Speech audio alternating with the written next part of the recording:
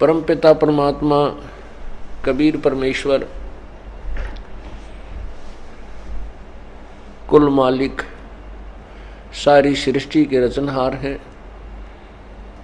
और हम सभी आत्मा उसी कबीर परमेश्वर की, कबीर देव की, अल्लाह कबीर की आत्मा है। हम इस काल के जाल में अपनी मूर्खता के कारण फंस गए। अब हमारे पिता कबीर परमेश्वर हैं, वो सत्य पुरुष हैं। अपने पिता को ही अपने पुत्र और पुत्री की चिंता होती है। जब बेटा या बेटी दुखी हो जाते हैं तो अपने ही माता पिता उसके दुख में दुखी होते हैं और हर संभव उनकी सहयोग सहायता करते हैं। अब यहाँ आप देख रहे हो काल के लोक में प्रत्येक प्राणी की क्या दुर्दशा बना रखी है। यदि हम अन्य प्राणियों को देखते हैं जो पशु योनि में है, पक्षी योनि में है, या अन्य जल के जीव उनको देखें, उनमें तो सब जीव हमें नजर आते हैं कि तो महादुखी हैं, क्योंकि ना सर्दी से कोई प्रोटेक्शन है, ना कोई गर्मी से बचाव है, ना कोई समय पैन के लिए आहार है, और अस्वस्थ हो जाते हैं तो कोई इनका ट्रीटमेंट करने वाला भी नहीं है। किसी के कुत्ता बना है, सिर में कीड़े पड़े हुए हैं, टांग टूट गई, कोई संभालने वाला नहीं है, धक्के खाता फिर रहा है। फिर हम मनुष्य योनि के प्राणियों को देखते हैं। इनमें आप देखिएगा, किसी हॉस्पिटल में जाकर देखो, वो खचाखच भरे हैं। किसी का कैंसर हो रहा है, किसी का कुछ बीमारी है, किसी को अधरंग मार गया, किसी का ब्रेन ट्यूमर, किसी का किसी प्रकार की बीमारी, कोई एड्स से पीड़ित है, किसी की टांग कट गई, किसी का हाथ नहीं है, हाहाकार में।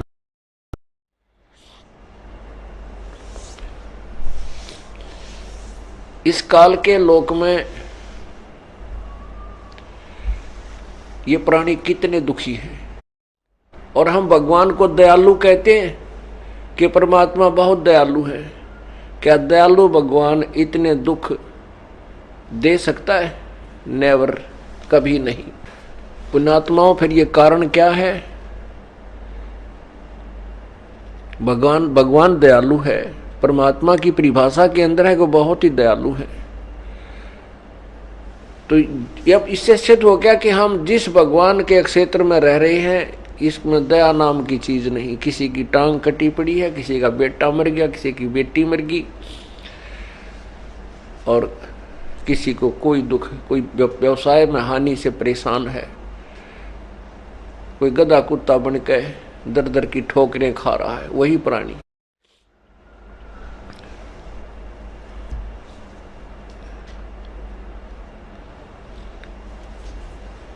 परमात्मा कबीर परमेश्वर ने यही निर्णय दिया है कि तुम जिसको परमात्मा मान बैठे हो, ये भगवान नहीं है,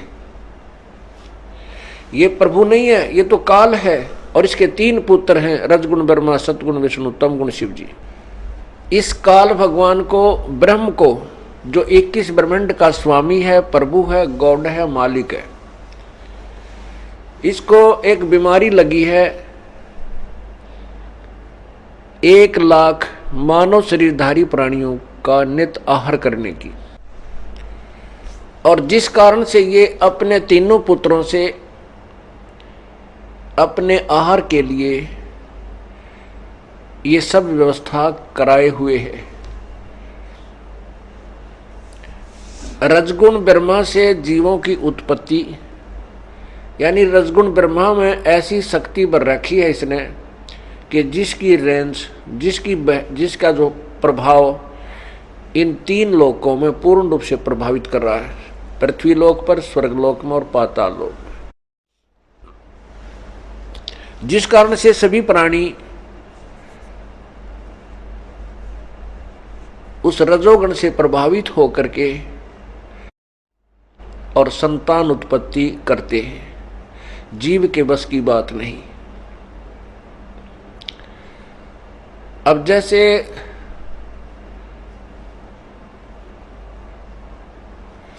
किसी ने भांग पी रखी है, अब भांग ने जो उसको नशा कर दिया है तो उसके बस की बात नहीं, वो कैसे चल रहा है, किस तरह बोल रहा है, वो तो भांग के नशे उस प्रभाव से ही वो अपनी गतिविधि कर रहा है, वो अपने होश में नहीं है।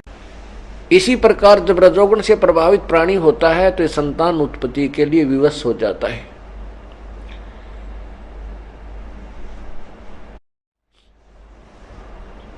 और उसी दबाव में यह सेक्स करके बच्चे उत्पन्न करता है।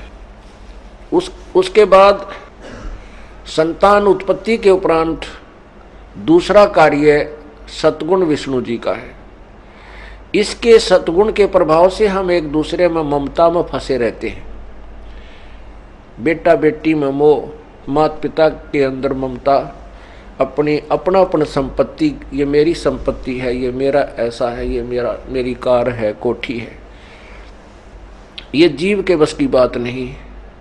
बेटा बेटी, कार कोठी, पोते पोती, जोता जोतिया मत अपनी मन टाले नहीं। ये तो बाई फोर्स उस दबाव में हम ऐसे जकड़े हुए हैं तीनों गुणों के द्वारा। और मृत्यु के उपरांत हमें पता है हमारा कौन था। ना बेटा अपना है, ना बेटी अपनी है, ना ये कार अपनी है, ना या कोठी अपनी है, अपना शरीर भी नहीं है। वो जीव फिर यहाँ से सब छोड़कर चला जाता है। जब ये शरीर छोड़ जाता है उसके बाद इसको कुछ चेतना आती है कि तू तो काम तो कुछ और गया था और तूने तो वो कार्य किया नहीं, ये तो डड़े ढोकर आ गया। मृत्यु के बाद इसको फिर पता लग जाता है कि तेरा साथी कोई नहीं है, ना तो परिवार साथ आया, ना वह संपत्ति साथ आई जिसके लिए सारा जीवन खो दिया। तब ये पछाड़ खा खा कर रोता है और गिरता है। यम के दूत कहते हैं सीधा होकर चाल न तेरा बक्कल तारांगे। इसको कूट छेद कर और सीधा ले जाते हैं। जो भक्ति नहीं करता उनके लिए कहा जा रहा है। जो भक्ति करते हैं, पूर्ण संत की शरण में है, पूर्ण परमेश्वर का आसरा है, उनको ये दुख नहीं सहन करना होगा। परमात्मा कहते हैं आए हैं सो जाएंगे ये राजा रंग फकीर, एक तो सिंहासन चढ़ कर जा, एक बंधे जात जंजीर। तो ऐसे। और तीसरा जो गुण है वो तमोगुण है।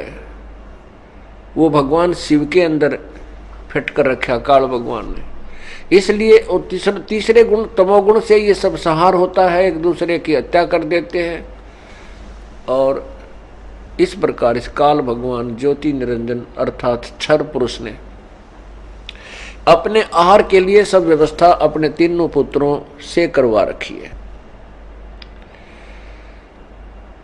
परम पिता परमेश्वर कबीर देव ने आकर के इस काल जाल में फंसे हुए पुण्यात्मा अपनी प्यारी आत्माओं को, अपने बच्चों को ये काल का जाल समझाया। एक समय परमात्मा दिल्ली में आए हुए थे और वहां उनके यहाँ किसी के यहाँ सत्संग कर रहे थे। वहां एक पुण्यात्मा सम्मन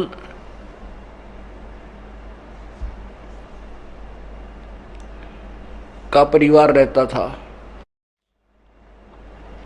परमात्मा ने 2-3 दिन वहां सत्संग किया तो वो पूरा परिवार, 3 सदस्य थे घर में।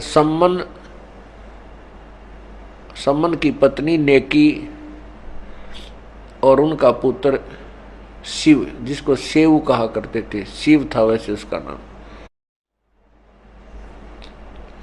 उन तीनों ने परमात्मा कबीर परमेश्वर का सत्संग सुना। पूरी काल व्यवस्था से वो परिचित हुए। परमात्मा ये सत्संग सुना रहे थे जो आपको ये दास सुना रहा है। और वो तीनों प्राणी भी उस सत्संग को सुन रहे थे और प्रभु की बातों को सुन करके हैरान थे। परमात्मा बता रहे थे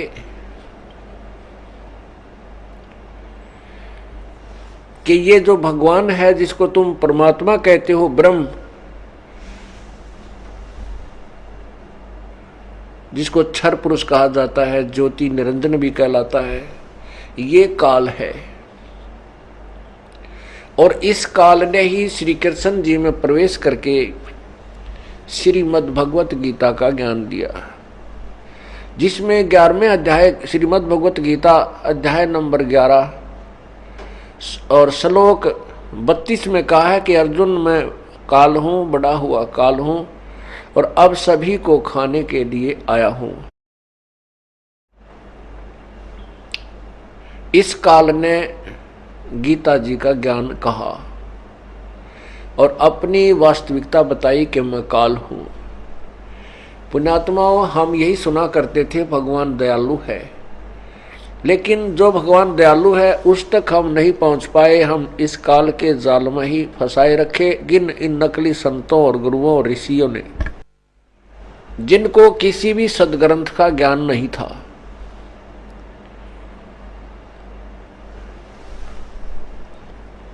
और वो केवल एक संस्कृत भाषा से परिचित थे